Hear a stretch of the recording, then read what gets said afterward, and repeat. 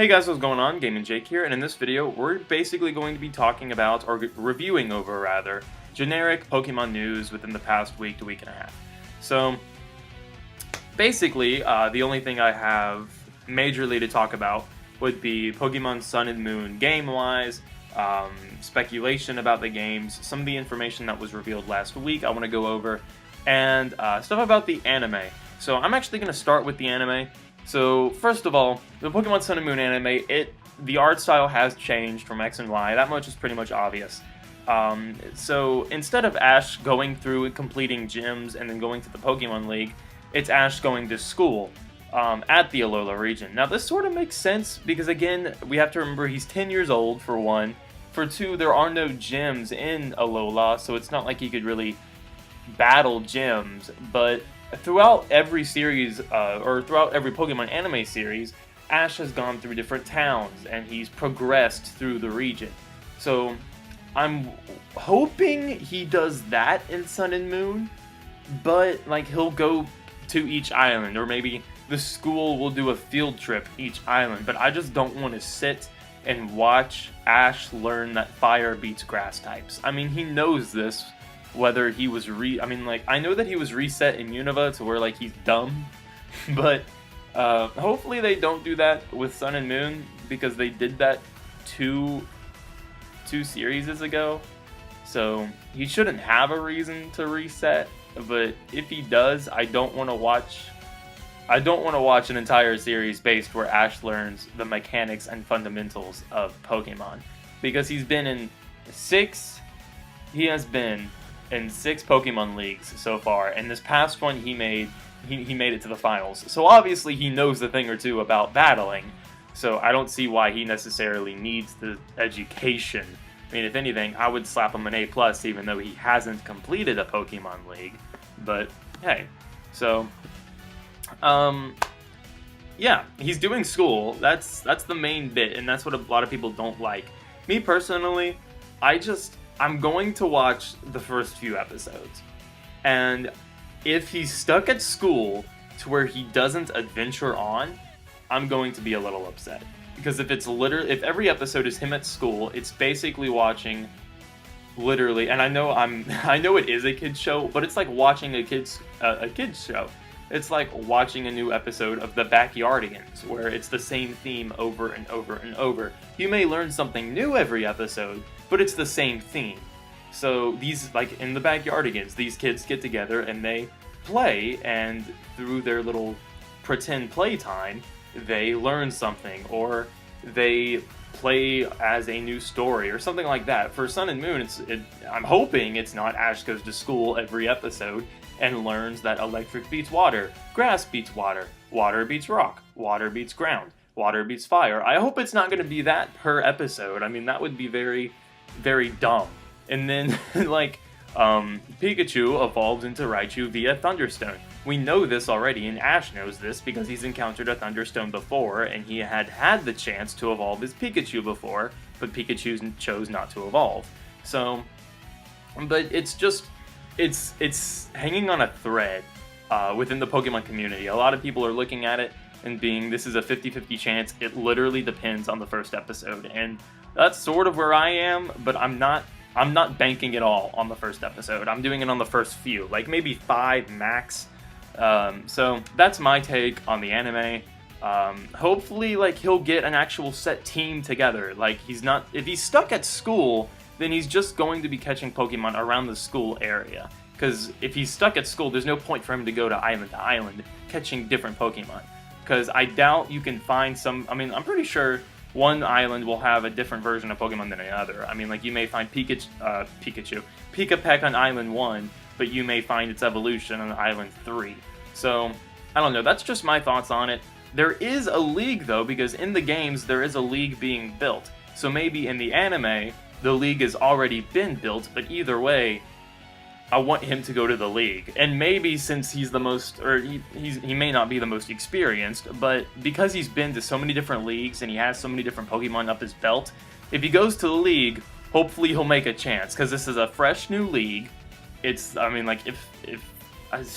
just has a better chance, because it's him with all these different Pokemon under his belt. He's got his Ash Greninja, he's got his Charizard, he's got his Snorlax, etc. He has all his Pokemon from generations 1 through 6, not to mention the ones he catches in Sun and Moon. And he can take them all to this league, and he'd only be playing against people that have Pokemon strictly from Alola, unless they're foreigners that have like Sceptile or their own Charizard, stuff like that, like Alon and the other kid from X and Y. But I like how I said foreigners. But yeah, so that's my thoughts on the anime.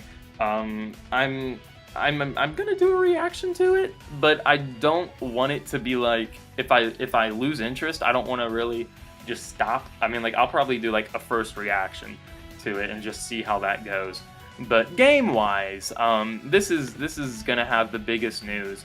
I mean, it's pretty much old news now, but the final evolutions per Pokemon got officially released, and these Pokemon had actually been leaked back in January. No, I'm sorry, back in July, June or July. And they ended up being true, which I'm actually totally psyched about. I'm a huge fan of Decidueye, that's why it's my new logo and whatnot. But Incineroar is looking pretty cool. I may add Incineroar to my team. But yeah, and then we have the Battle Tree, which looks to be very similar to the Battle Mansion from X and Y. In X and Y, after you battle so many trainers, or after you progress a streak in X and Y on the Battle Mansion, you're excuse me, you're able to face a stronger trainer, one of the admins of the Battle Mansion, I think it is. But and so that's going to be the case with the Battle Tree. After you beat so many opponents, or after you beat so many lower class trainers, you're going to battle stronger trainers such as Wally or Cynthia. And then when you get to the top, it's unknown how you're going to face Red and Blue, but it's most likely when you get to the top or when you finish the entire tree. So that's going to be a huge fun part about the series, with with Red and Blue being involved. And I'm actually here on the website. If you go to the website, I'm gonna pause this real quick so I can show you guys my screen. Alright, so if you look at the screen here, I'm on the official website here. If you look at the screen, it has Red and Blue, but behind Blue is a green wallpaper. And I've mentioned, I think I've mentioned this before, and he also wears green pants. So it's a throwback to when he was first called Green, and the reason being is because in the first games it was Red and Blue, but I think his name was Blue or something like that. His name is Blue, but he wears green. I forgot what the connection in that was. I know in the manga there was a girl named Green, and so that gave Gary his own blue aspect, but he takes on the green inheritance here. Rather than what his name suggests. And I forgot, I think that's his manga or manga whatever counterpart. I think his manga counterpart is green. But I'm not exactly sure. I know there's a connection there, I just forgot what it was, and don't call me dumb because I knew it before this video.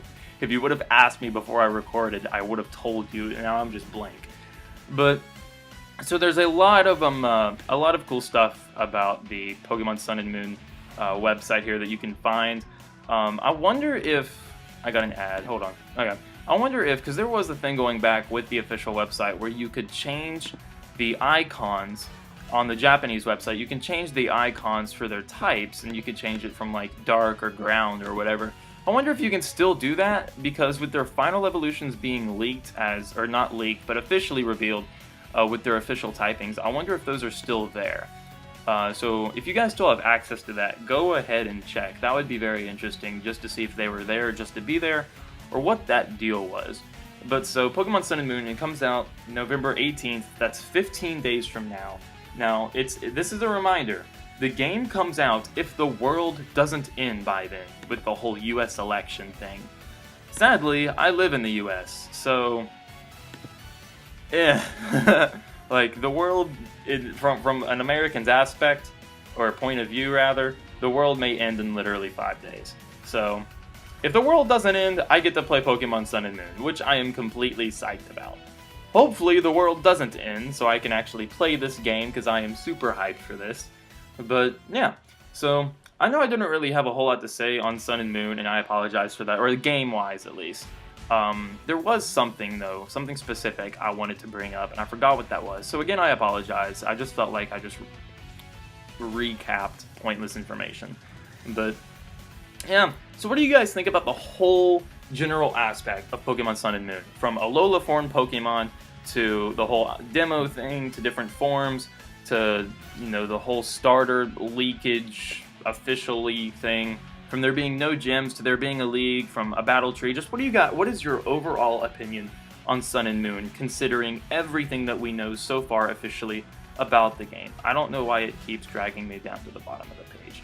But anyway, guys, thank you all for watching. This is Gaming Jake, logging out. Peace.